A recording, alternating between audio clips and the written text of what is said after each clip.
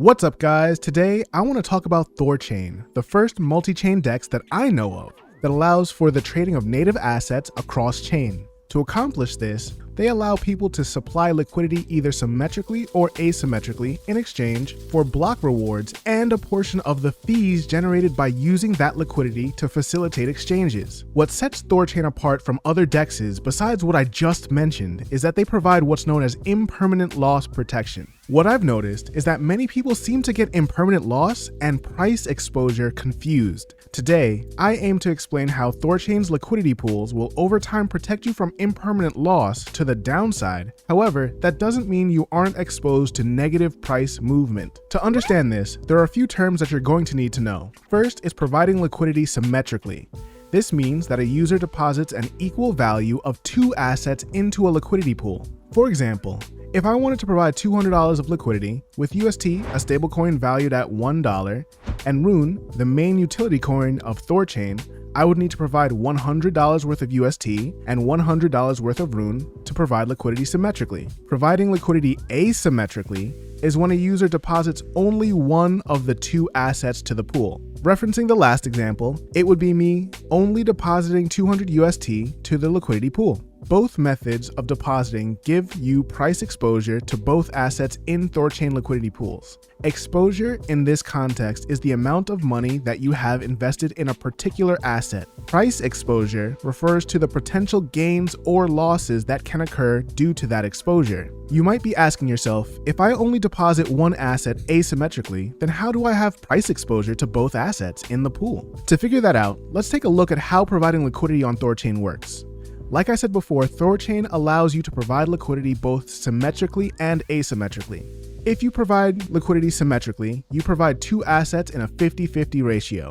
When you withdraw, you receive the same two assets out in a 50-50 ratio, rebalanced to account for the change in price if there was any. You can also choose to receive the deposited amount in one of the two assets. If you do, then at the moment of withdrawal, Thorchain will sell the other asset for the one that you are choosing to receive.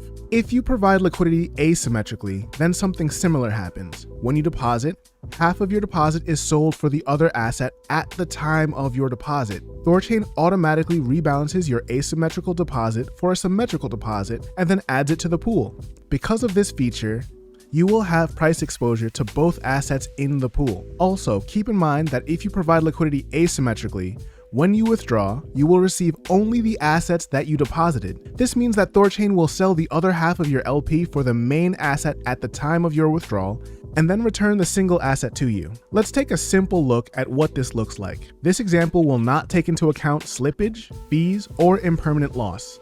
Let's say James wants to deposit $1,000 worth of Luna into a pool on Thorchain. He starts off with 10 Luna worth $100 each. When he makes his asymmetrical deposit, half of his deposit is converted to Rune, which is $10 at the time. His LP is now made up of 5 Luna equal to $500 and 50 Rune also equal to $500. The next day, the price of Luna drops from $100 to $90, but the price of Rune stays the same at $10. His 50 Rune is still worth $500. However, his 5 Luna are now worth $450. If he were to exit the pool now, he would receive 10.6 Luna, worth $950. This is because he gets back 5 Luna, worth $450, and his 50 Rune, worth $500, are sold for $500 worth of Luna at $90 each, getting him 5.6 Luna. What most people believe is that this is impermanent loss, and in some ways it is. It's true that these losses aren't permanent in the sense that if James were to wait and the price of Luna returned to $100, he wouldn't realize those losses. However, this loss is mainly due to price exposure. If James had just held 50 Rune and 5 Luna in his wallet, he would have had the same value outcome. What Thorchain considers impermanent loss is not loss due to price exposure. Impermanent loss in this context is the loss of the entry amount of an asset due to the rebalancing of the pool as a function of price movement. Essentially, what this means is that as price fluctuates, arbitrageurs who rebalance the pool take a small profit from that pool. This profit that is taken is impermanent loss. Let's look at another example, but this time we will take into account impermanent loss. Let's say James decides to create a pool. He provides liquidity symmetrically by adding 500 Rune at $10, totaling $5,000, and also adds 50 Luna at $100, equaling $5,000, for a grand total of $10,000. The next day, some fake news comes out about Luna, and the price drops to $60. The pool is now worth $8,000. 500 Rune at $10 is still worth $5,000, but the 50 Luna at $60 is now worth only $3,000. At this point, arbitrageurs come in to rebalance the pool so that it's split symmetrically again. The pool's new asset totals is 400 Rune, worth $4,000, and 66.67 Luna, worth $4,000 at their new respective prices. Again, at this point, no impermanent loss has happened yet.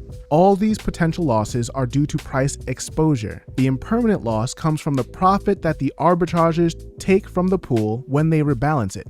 To find the impermanent loss, we need to first find the price divergence ratio. To do that, plug the current and initial prices into the formula like I'm doing now. The number you get is what you will substitute for K in this impermanent loss formula. James's price divergence ratio is 0.6.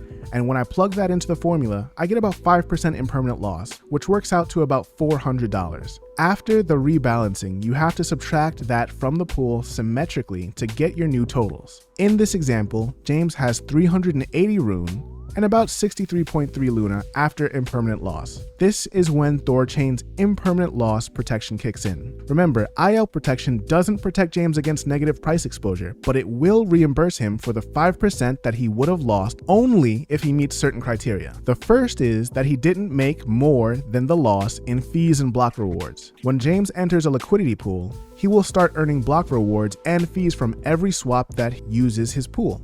If the amount that he earns from fees is greater than or equal to the amount that he lost due to IL, then he will not receive IL protection because he would have at least broken even. Secondly, he needs to be in the pool for at least 100 days in order to get the full IL protection. Impermanent loss protection increases 1% a day, meaning that after 10 days, James has covered 10%, after 50 days, he's covered 50% of his impermanent loss if he were to withdraw that day. If he adds to his position with the same wallet, he will reset his protection progress back to 0. Some things you may want to keep in mind. The more volatile an asset and uncorrelated the pair is in the pool, the more impermanent loss it will occur. Also, IL protection does not apply to the total of the asset asymmetrically deposited. Like I said before, Thorchain automatically splits all asymmetrical deposits into symmetrical ones. After that split into a symmetrical deposit, then IL protection comes into play. That's it for this one, guys. I want to give a shout out to the guys at LP University. They were a great resource helping me understand all this. I would definitely recommend checking out their Discord and YouTube channel if you want to know more. Next, you should check out this video where I explain why I think Luna and Rune are the two best assets in my portfolio right now. I will see you in the next video, and as always, we can keep talking about getting more coins.